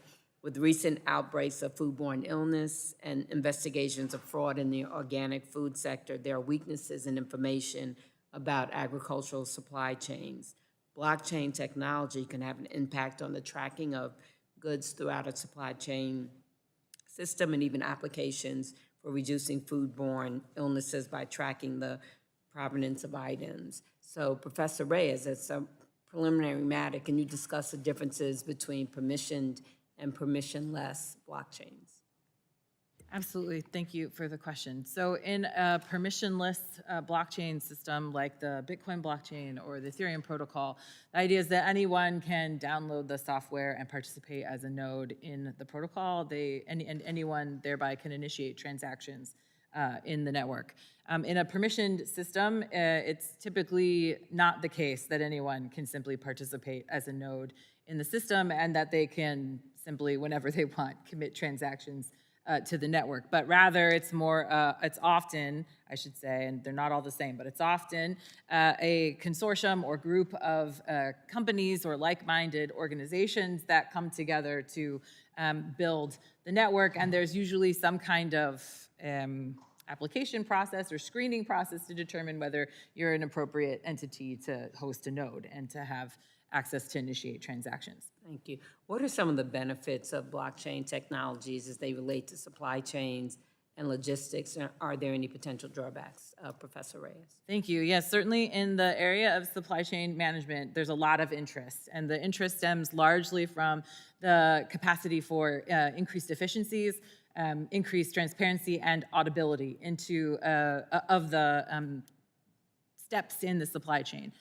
The drawback, I would say, is that at any point in the supply chain, you're still relying on someone to connect whoever initiates the entry into the supply chain ledger you're relying on them to provide reliable data, and they may not always be incentivized to provide the reliable data, and so a supply chain management system based on blockchain will suffer from the same garbage in, garbage out problem that all computer software has. If the data that the supply chain management system keeps an auditable record of is only as good as it was when it was first entered. In agricultural applications, digital data in a blockchain represents events associated with a physical product. These events must be recorded by manually recording data or through manual or automated scanning of digital markers on the product or its packaging. However, manual data entry could introduce errors into the blockchain. And I'll ask all of you what blockchain protocols could be used to address such errors when it comes to manual data entry. Whoever wants to answer. Yeah, I think when you have data entered into the blockchain, and there will be errors, the blockchain certainly will record those errors quite permanently. So at least it can be viewed, and there's some accountability as to how those errors got in there. But you could use things like smart contracts. If there is some range of data that is unreasonable, then the smart contract itself, in seeing that condition, can reply and alert that this data is out of range. And so that could be a way in which we can capture certain types of errors being put into the blockchain. Thank you. I don't know if either one of you. I think I would add one small note, and it's something that once you say it out loud sort of sounds incredibly obvious, but I think it's important to sort of note anyway, and that is that particularly for when blockchains are representing real world goods, such as in a supply chain, a change in the blockchain doesn't actually mean anything necessarily. It doesn't nothing happens in the real world just because something changed on a blockchain, if that makes sense, right? Mm-hmm. And this is sort of analogous to the same problem we've been discussing about data going in, and particularly if you're using a blockchain, again, it's because you are worried about a trust gap somewhere. And if you have a trust gap, blockchain isn't going to necessarily fix that in the situation, because if you don't trust the counterparty, you don't trust them necessarily to put the right data into the blockchain in the first place. Thank you. Any other comments? I would just say, I think it is, this is where I get nervous when people call the blockchain the record of uncensored truth or something similar, because that's not actually what it's a record of. It doesn't speak to the truth of the data that is being recorded in the chain. I'll just add, I think healthcare has been, a tough one to actually digitalize over the years, and companies like, MyChart trying to bring healthcare together has made tremendous progress. But I do believe these ideas of permissioned blockchains, where you can actually get the United States healthcare system on it, could actually streamline it in a really, really efficient way. So I think there's more to come there. Thank you so much. And I yield back. Thank you very much. I thank the gentlelady.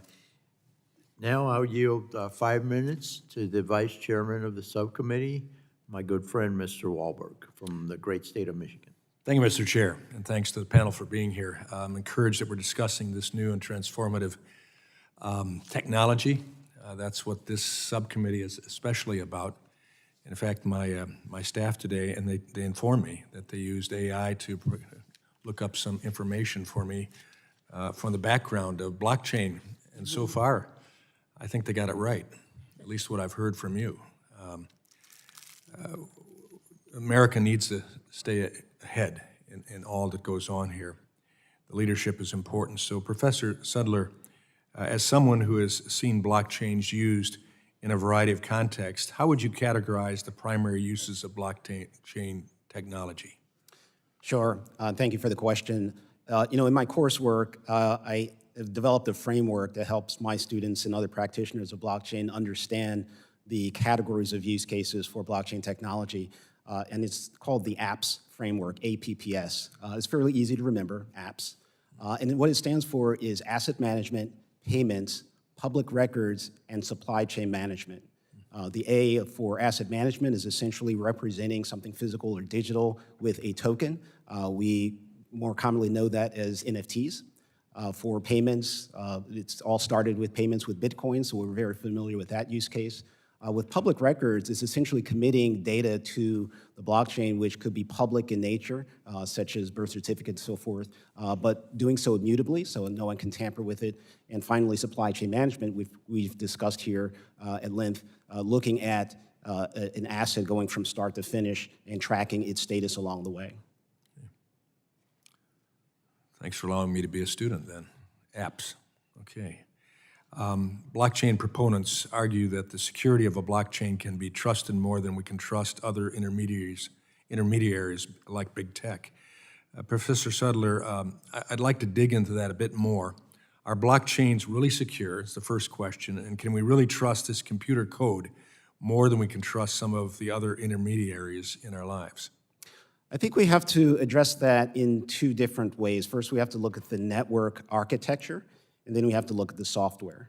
So there's two components. If you look at the network, blockchains basically need to be highly distributed, which basically means they need to be distributed geographically as well as by ownership. And it's important that they be distributed in both ways. If you have a huge concentration of blockchain nodes or servers sitting in one country, then it's very possible that if that country is authoritarian, they can declare eminent domain and simply take control of all of these servers. That destabilizes the security of the blockchain itself. So it's important that we do have highly distributed blockchain servers across the world. The other is the software itself.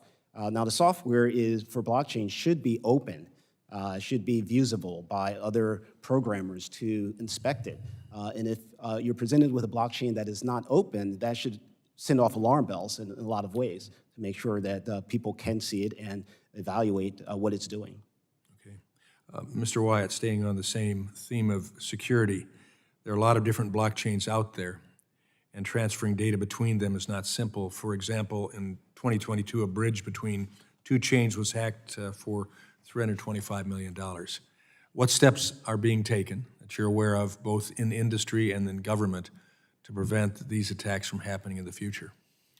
Yes. First, when networks are launched, companies are looking at the code itself, and they're trusting third-party audits as well. But I think it's particularly important that we standardize and streamline code auditing. We should have a bar and expectation that we are holding people to ensure that these things never happen. And I do think formally legislating code auditing would be really important to mitigate these issues. Okay. Professor Reyes, I appreciated the way you described the blockchain as protocol. As you noted, a protocol is a set of instructions for the compilation and interaction of objects. For blockchain technology, this protocol is a set of rules that allows networked computers to track transitions globally in the network without a centralized third-party intermediary. Could you explain on other ways you think smart contract blockchains are similar to the internet? So I think, yeah, absolutely. Thank you for the question. I think first it's important to note that blockchain protocols don't work without the internet, right? You can't access the protocol unless you're connected to the internet. So it's all part of a technology stack. And as part of that technology stack, the parallel to the internet is that you can continue to build additional applications on top of the blockchain protocol. And those additional applications may or may not be decentralized. Some are more centralized in their components than others, just like the additional applications that can be built on the internet. It's really at that application layer that consumers tend to interact with blockchain technology. Few consumers transact with Bitcoin directly through Bitcoin Core software, for example. They tend to use intermediaries because the user interface at the layer 1 level is difficult and a little clunky. And just like the internet, most of the time we interact with the internet through Google, right? Through web browsers, not to name Google specifically, but through web browsers and through other applications. That's similar in the blockchain space as well.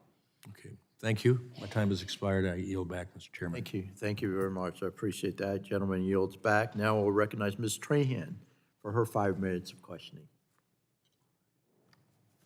Well, thank you, Chair Bilrakis and Ranking Member Schakowsky for calling this hearing. I'm glad that the committee is bringing awareness to the potential that blockchain technologies have to offer and the promising applications of Web3. However, as we discuss the path forward for this tool, we must also acknowledge its shortcomings so we can ensure it's applied correctly and safely.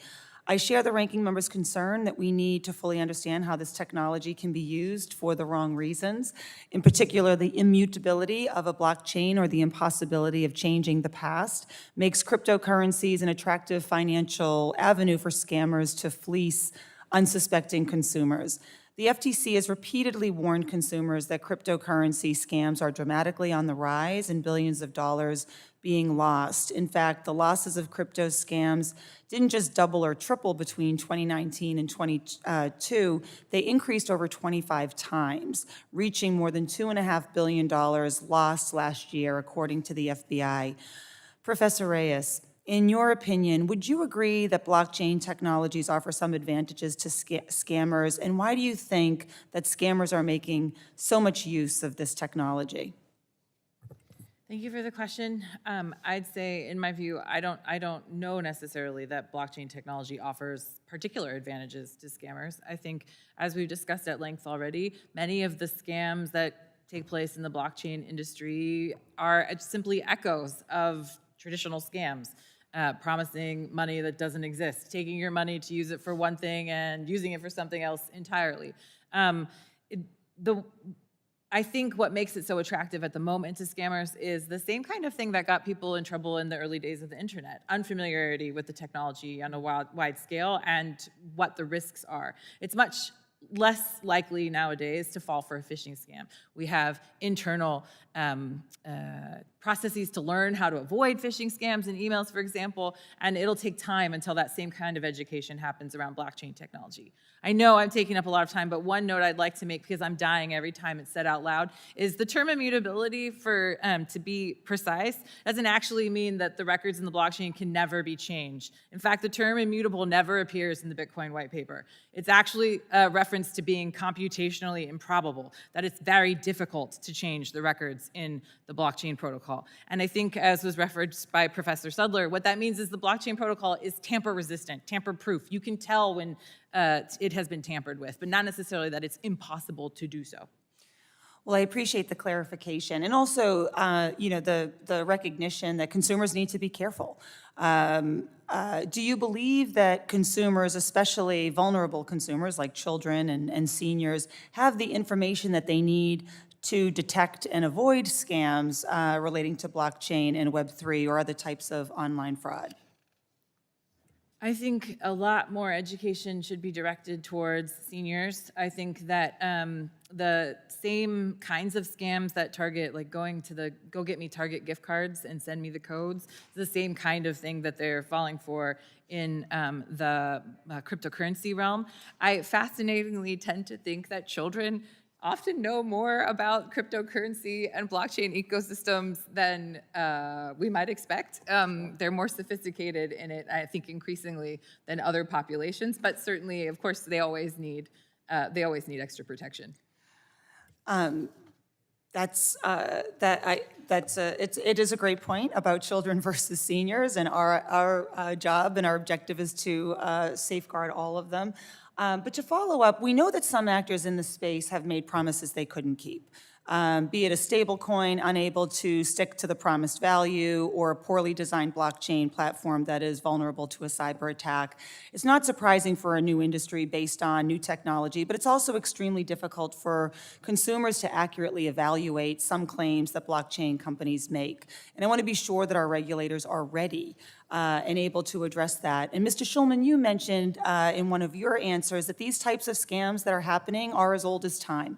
And you suggested that in order to prevent, understand, and remediate scams involving blockchain and Web3 technologies, that the FTC requires specific technical expertise and resources. What makes enforcement against these scams so difficult? That's a good question. I think there are probably a couple of different factors. I think a fundamental one is certainly technical understanding. As I think we've talked about many times here today, there's a reason you all invited us here, and it's because this is hard, right? It's not that a lot of people are really stupid, it's that these are really complicated technologies, they're hard to understand, they're hard to explain, they're very different from how things that we already know tend to work. And so when you are an enforcer at say, the FTC, just understanding how the technology works and where the fraud actually happened and who perpetrated it is difficult. And so hiring the people that can do that is important. Great. Thank you for indulging me a little bit longer than my time. Mr. Chair, I yield back. Gentlelady yields back. Thank you. And next, we'll recognize Mr. Allen from the great state of Georgia for your 5 minutes of questioning. Thank you, Mr. Chairman, and thank you to our witnesses for being here today. For 40 years, I worked at building a construction company in Augusta, Georgia. And when we think about blockchains, I'd like to know how this will help small businesses like construction companies and mom and pop grocery stores and stores, for example. Mr. Sudler, from a supply chain perspective, are there increased efficiencies that small businesses can see from the adoption of blockchains? You know, in some of the research that we've looked at that involves supply chains and they very much impact small and medium-sized businesses, we look at the effects of how these supply chains can be very difficult to track. At MIT, we look at supply chains a lot using a tool called the Beer Project. It's a beer game. It has nothing to do with drinking beer, but it tracks a beer supply chain. And what you find out over the simulation is that if you change the demand at the consumer level just once, all of the other players in the supply chain will become very confused. They will oversupply, they will under-request, and this is simply because information is not openly shared. Now, this is something blockchain could alleviate very easily by simply having everyone in the supply chain tied to this common ledger, and they can see for themselves what the demands are and what everyone is requesting against that demand. So I think that would tremendously help small businesses to really make sure their margins are good, make sure they're ordering properly. Thank you, Mr. Sudler. Mr. Wyatt, the small business community created almost 70% of all the new jobs in the greatest economy in my lifetime, which was 2017 and 18. In your testimony, you highlight that some of America's largest brands are using your platform. How could small businesses like my business benefit from using Polygon? I appreciate the question. Any blockchain, Polygon protocol or otherwise, it's an open public good for anybody to build on. And it's actually really easy to deploy and start to get up. So I think when a lot of these companies are having to go through a very cumbersome process of all of the work that needs to be done to launch in a Web2 environment, whether it's thinking about cloud infrastructure and some of the other things. Web3 and blockchains make it much easier for anybody to get on, and the cost being very low.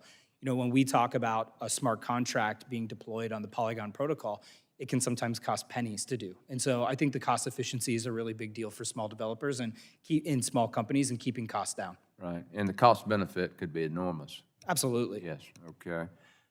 You know, it's becoming increasingly clear that blockchain technology is set to play a critical role in strengthening our supply chains. In fact, the ag industry is already using distributed ledger technology to trace and protect their food supply chains. And obviously, food supply is a big issue in our country. I think this is a great example for why we shouldn't limit the conversation around this technology solely to securities and commodities. For example, Walmart has already established a blockchain partnership with Kroger, Nestle, IBM, and Dole to bolster their food traceability. Sweetgreen, or salad restaurant, has used blockchains to trace the origins of the produce that it buys. In an era where consumers are increasingly concerned about the origins of safety of their food, blockchains can offer an unprecedented level of transparency and resiliency for agriculture-based supply chains. Mr. Sudler, what lessons can we take from use cases in agriculture, blockchains technology that can be adopted on the state and federal level to a regulatory type framework? I think what we've learned from agricultural applications is how effective supply chains can be managed using blockchains. Now, we can learn from that and apply that to other forms of projects. And what we've looked at is, how do we apply some of these lessons from agriculture to other projects or even mega projects that essentially face the same type of supply chain issue? Mega projects, certainly at the state and federal level, are projects that are $1 billion or more. They're very complicated. They have many contractors and subcontractors, and they don't necessarily trust one another. So we can certainly learn from the gains that we're seeing in agriculture and say, what are the smart contracts that they use, who's allowed to view certain types of information in these blockchains, and how do we keep a good flow of the supply chain in these large projects that the agriculture group is able to do very well. Mr. Wyatt, I got about 15 seconds, but we've seen big tech from inside as an executive. You saw it at YouTube. Why did you choose to leave, and how will blockchain impact the way big tech extracts and abuses our data? I loved going to YouTube because I felt that, it was democratizing education and content. Anybody around the world could access YouTube, could upload content to YouTube, and I felt that that was really important. And in a lot of ways, blockchains do the same thing of democratizing this. And so I felt that this was very aligned with a personal mission and excited that it's in a place where it can do this. Okay, well, thank you so much, and I yield back, Mr. Chair. Thank you, gentleman. Yields back now. Recognize Mr. Soto for his 5 minutes of questioning. Thank you so much, Chairman. In the beginning of my opening remarks, I talked about a lot of the areas we already were able to pass amendments into both the National Defense Authorization Act and to the Appropriations Act to get actually a lot of the blockchain advances under federal law so far, whether it was, as mentioned by our colleague, Mr. Allen, the food tracing with the FDA to help with public safety, whether it was helping with encrypted communications through our military, whether it's protecting veterans' records, among other areas going forward. So we here at the Congress want to make sure we're good partners in advancing this critical technology, whether it's for economic reasons, security, for advancing critical research. So I'll start with Mr. Wyatt, but I'm going to ask all of you the same question. Mr. Wyatt, if there could be one particular partnership the federal government could help advance in some of these areas, what do you think it should be that we should work on and why? Look, I think the best thing that we could do is have clear regulatory clarity on how to operate with just a nuanced understanding that there are protocols, there are wallets, there are exchanges, and there's a lot of nuance there. So my ask would be to continue to push forward very clear regulatory guidance on how to operate this new tech, and that would ensure that tech innovation would stay here in the U.S. and that we would continue to foster some of the best talent in the world. But if there's a particular subject matter what would that be? I get you all want regulatory reform, and I that's think something we're I think in general, decentralization is such at the heart of this, where we are removing intermediaries. And so I think the subject of decentralization is of the most important topic. Mr. Shulman, what would be a great partnership with the federal government to help advance blockchain technology? That's an interesting question. I'm not 100% sure that the federal government needs to partner. I guess I'll put it this way. I think that Let me define it more. In the most broadest of terms, like funding or laws or encouraging research, not like ownership, right, in the strictest sense. Partnership Sure. in the facilitating sense. Sure. I mean, so I think, I think I'll offer two then. I think the first, which I've sort of mentioned before already, is the Federal Trade Commission has a huge role to play in protecting consumers. I think it needs more funding and more people. Excuse me. And then I think the other is has to do with how the government approaches jurisdiction over blockchain entities. I think there's clarity that definitely needs to come about what exactly a autonomous organization is, a DAO, how it is subject to the law, how it's not subject to the law. I think those questions are just starting to percolate in the courts, and it's going to be a very interesting watching that and figuring out what the answer is there. Thank you, Mr. Shulman. Obviously, neither of you have identified as particular subject, but regulatory, and I get that. But I know Professor Sudler had mentioned space already. I represent a district right next to the Space Coast, so how can we partner with you all in advancing technology to use blockchain in space? Yes, I think one of the biggest relationships that we would look at is with the Department of Defense. Space is open for business. There are more satellites going into space, and it makes it a target, certainly, for cyber criminals, for bad actors, and for nation states who do not share our interests to attack either individual satellites or constellations. So we're very open to really looking at this type of new problem because it's in a new area that needs a lot of solutions. And we'd love to certainly look at some of those national security issues. Okay, thank you. And Professor Reyes, where do you think through funding and incentivizing we could advance blockchain in America? I think it would be excellent to have a funded education program for lawmakers and regulators, because the nuance really does matter. And all the regulatory clarity we all have been asking for depends on understanding the difference between the financial use cases and the non-financial use cases. I'd also really love to see the federal lawmakers take a cue from some of their state counterparts, where states have done an excellent job of pushing private law reform around decentralized autonomous organizations, around the property rules, for example, and it'd be excellent to see federal law, to the extent that it's inconsistent in any way or somehow getting in the way of those reforms being effective. It would be really excellent to see those changes take shape as well. Thank you so much. My time's expired. I thank the gentleman. Now recognize Ms. Harshberger from the state of Tennessee, East Tennessee.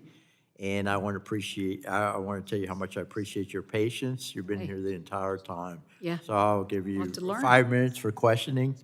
Thank you. Thank you, Mr. Chairman. Thank you all for being here today. I've been a licensed pharmacist and business owner for over 30 years, and I guess one of the most challenging aspects facing the pharmaceutical industry is the ability to track drug components, and the drug supply chain is incredibly complex and difficult to trace exactly where everything's coming from and where it's going. And we as pharmacists have to abide by chain of custody.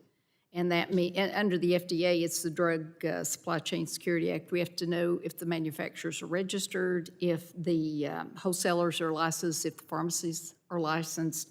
So Professor Sudler, you discussed in your testimony a blockchain-based contact tracing solution to mitigate the spread of COVID-19. In your example, you stated that blockchain technologies can report infectious contacts instantly and anonymously without revealing who is infected. And I'm interested in how this technology could improve the pharmacy sector. And how would this blockchain technology help address supply chain challenges in the pharmaceutical sector? first of all? Well, thank you for that question. And I think it's very powerful to look at how we can do better at applying blockchain to the medical industry and the pharmaceuticals, because that affects our human health and our human lives. Yeah. I've done research with colleagues at Villanova University, Dr. Peggy Chaudhry, which I've partnered with quite a bit on the counterfeiting of pharmaceuticals, Yeah. which is very dangerous, obviously, providing medicine that actually isn't proper medicine. And we look very closely at how do we counter some of that, and blockchain has played a part in that conversation. I think what we can do is look at applying blockchain to the supply chain, understanding who these manufacturers are, and even the actual medications themselves, tracking them along the supply chain, making sure they get to the proper, end user who should be taking that as a patient. So, I'm very eager to continue this research with my colleagues, and certainly working, with folks here to see how we can That's apply very good. I'll be in touch with you. Thank you. Okay. Would these blockchains be able to help address challenges like prescribing medication from various healthcare providers and verifying identity? And if you think so, how so? I think this gets into this whole area of electronic health records, Yeah. and how do we, do a better job of having hospitals, be able to participate in the prescription process electronically, and making sure they're getting to the right individuals. The electronic health records have been very slow. It's maturing to some degree. We've been working with Common Health, which is a new technology and organization really dedicated to trying to get electronic health records fed into by hospitals and health practitioners. And we're looking at writing to the APIs of these databases so that blockchains can play a role in helping facilitate those prescriptions getting to the right individuals. That's huge because you've got 400,000 companies in China that do the APIs versus 3,000 here, so that's a big deal. From a consumer and cybersecurity standpoint, do you believe that blockchain is a more secure option for securing health and pharmaceutical-related data than our current methods? Yes or no? I think the way we're currently looking at the technology, there is basic security. I can't say it's necessarily bad. We are where we are with the current technology. But when you start adding blockchain, that adds another layer of technology, and another layer of security. So yes, we're doing okay cybersecurity-wise with what we have, but now adding some of that, immutability or the ability to keep it from. Well, Professor Sudler or Mr. Wyatt, where's China or the CCP in their line of development of blockchain? Do you have any idea? It's okay to talk. No, I appreciate the question. I think, look, at the end of the day, if China continues to be the first mover in this space and innovating, they're going to do it in the wrong way, in a way that's not conducive for our country. Kind of like AI. Exactly. And so I think for us, and they're going to do it in a way that doesn't respect the spirit of blockchains of being open and transparent and decentralized. Yeah. So I can't stress enough how critical it is that I think this will be the most important year for us from an innovation standpoint to make sure that we do not cede it to Russia or China. We have a lot of work to do. I would agree. The satellite was very interesting, Professor Sudler, and I'll hurry up. Have you talked to Elon Musk and Starlink? We went over and looked at the facility. It's very interesting to know how those satellites will communicate if something happens. Have you looked at that? I have not personally spoken to Elon Musk, but I am going up on his Falcon 9 rocket this October, so we indirectly do work with each other. Yeah, I mean, he obviously is using the Starlink satellites. They communicate with each other through optical communications. So they're looking at the same types of problems in terms of constellations. Constellations is the buzzword right now in space. So every company that's interested in putting up satellites are really considering the network approach to it, which means they're looking at how to get satellites to talk to other satellites. We're really one of 4 or 5 companies that are introducing blockchain networks in space. So we are certainly of a new era of companies that will bring this technology to test. Well, best of luck when you go up. Let us know how it works out. Thank you. Thank you. With that, I yield back, sir. Thank you. Lady yields back. Now I'll recognize Mr. Falter from great state of Idaho. Thank you. You're recognized for 5 minutes for questioning, sir. Thank you, Mr. Chairman. Thank you. Mr. Shulman, one of the topics we've talked about a lot in this committee have to do with artificial intelligence. And just listening to the joint comments of the panel today, we've talked about the helpful side of artificial intelligence. There's some incredible opportunities with predictive analytics, things like optimizing energy generation through increased dispatch efficiency. There's some really positive employments for artificial intelligence. But frankly, there's some components of that that scare me. The potential algorithms that are focused on thought shaping, that type of thing. But it all has to draw from a database. And so I'm wondering, with blockchain employing a decentralized data storage, is there a role for blockchain when it comes to potentially neutralizing some of the, what could be the negative impacts of artificial intelligence? So it's a good question. I think the thing to remember about blockchain is, and particularly when you're talking about it with regards to AI, is that blockchain is not fast. It doesn't, in most of its forms, it can't move a lot of data very quickly. And one of the things that AI fundamentally needs, is, as it's sort of used or implemented today, is a lot of data. And so you might be able to envision some sort of blockchain as a control mechanism, perhaps, where the amount of data you need to throughput is not big. It's like a, you know, it's a relatively minor sort of turn on or turn off or some sort of control mechanism. But I would say that I think integrating blockchain with AI is always going to be kind of problematic because of the inherent throttling that blockchain has in terms of data throughput. Thank you. Mr. Wyatt, do you care to weigh in on that? I think there's three things where I want to acknowledge that AI and blockchain are powerful tools, and that can go either way, and we need to be very thoughtful about how we talk about them and regulate them, but they can be enhancements. There's three things I think that are really important with AI. Transparent machine learning models, so that we can understand if there are inherent biases in any of these artificial intelligence models. Blockchains can help do that for us. Verifying source materials. So we see people producing fake images that can move markets or change people's minds. I think it'll be really important for us to be able to look and say, is that a verifiable image that's from the New York Times or not, or is it manipulated? And I think lastly, it could be incredibly helpful for efficient code auditing. So I think these worlds will continue to unite, and blockchain will be a very powerful part of ensuring the integrity of AI. Thank you. Mr. Sudler, since we're on the topic, AI, blockchain, that connection. Absolutely, it's a powerful connection, and it's one that we're going to have to take a close look at. AI can contribute to blockchain in the sense that we can understand how we can make smart contracts smarter, so we can actually give a little more intelligence to blockchain networks and how it evaluates conditions that smart contracts can respond to.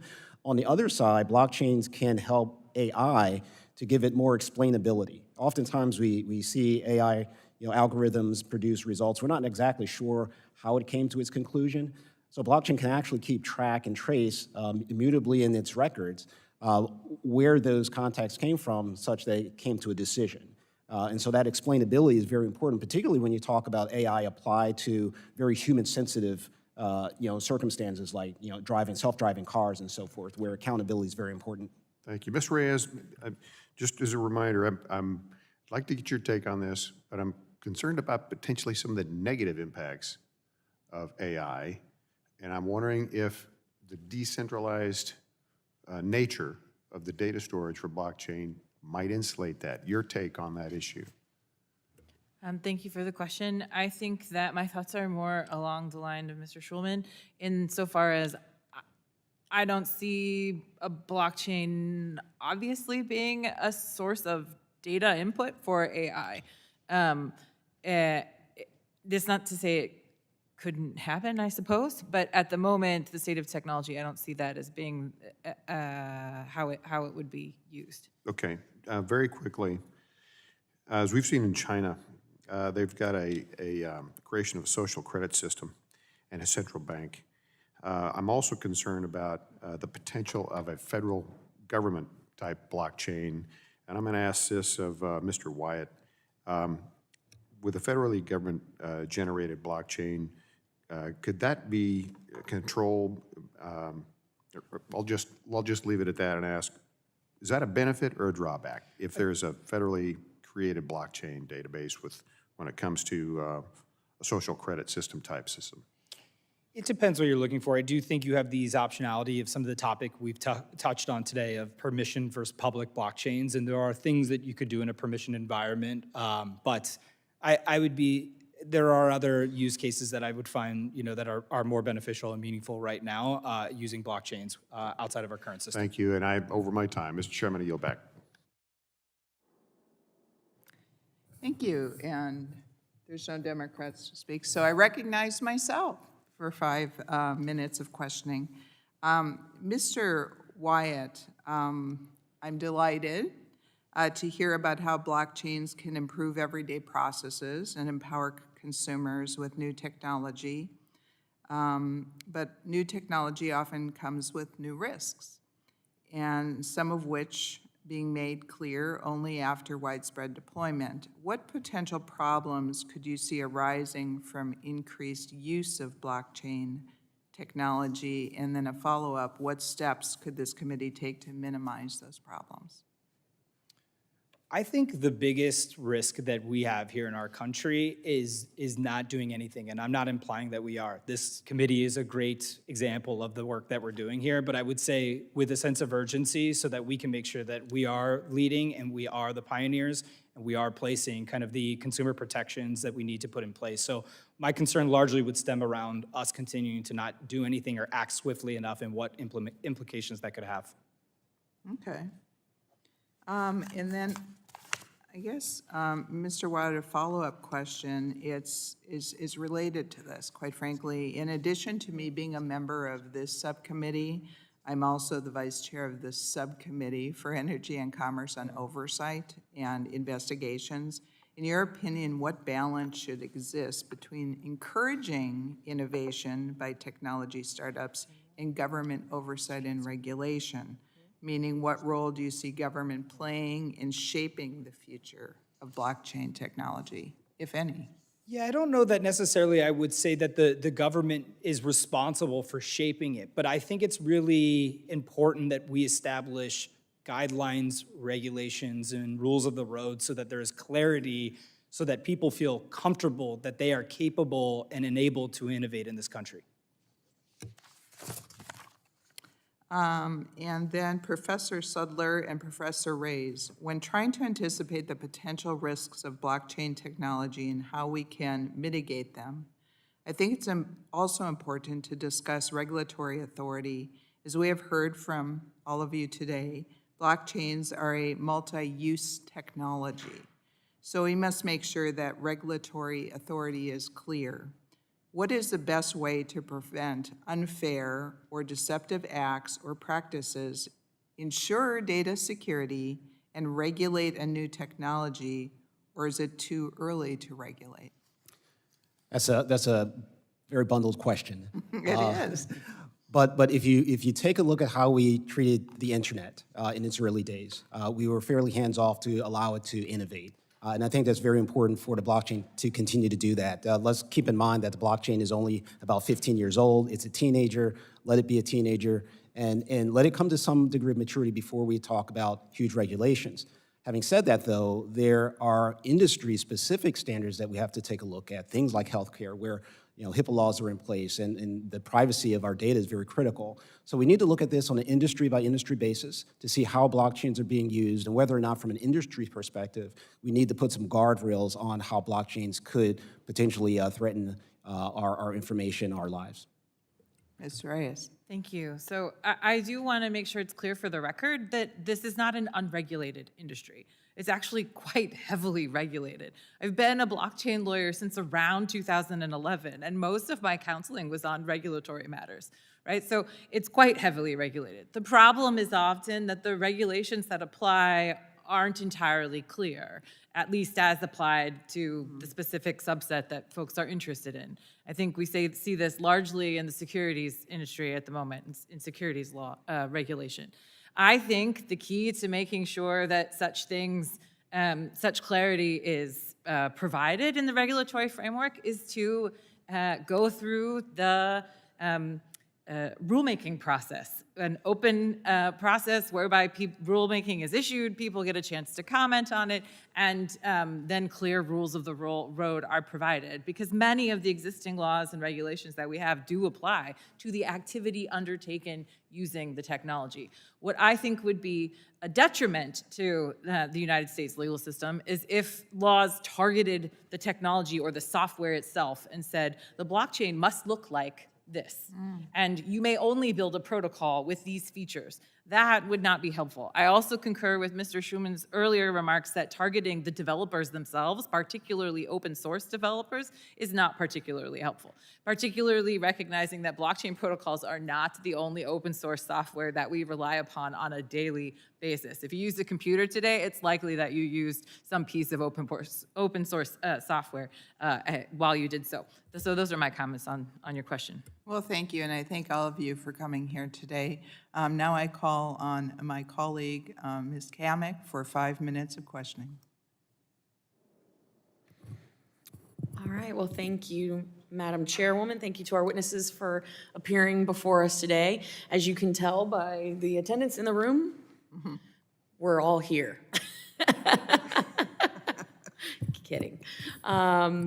This is something that I find incredibly fascinating, being kind of the token millennial, right, in the room. So I'm going to go in reverse and start with you, Mr. Wyatt, talking about the gaming industry. So 2019, we were looking at the gaming industry doing about $260 billion in total economic output, right? They're anticipating $560 billion by 2030. So it's not just the old school Tetris and Mario that so many people think of, right? The gaming industry is huge. How do you envision blockchain changing the game, not to put a pun on it, but how do you envision blockchain changing the future of gaming and even going so far as, like, say, the metaverse? Yeah, I appreciate the question, and I'm empathetic to it, especially, you know, having kids and my wife not being particularly keen with video games too much. But I think one thing that a lot of folks don't realize is the way that we think about video games, Mario, Tetris, it has evolved. They're digital worlds. People are learning, they're interacting, they're socializing, they're wanting to spend their time inside of these environments, whatever it is that they're doing, right?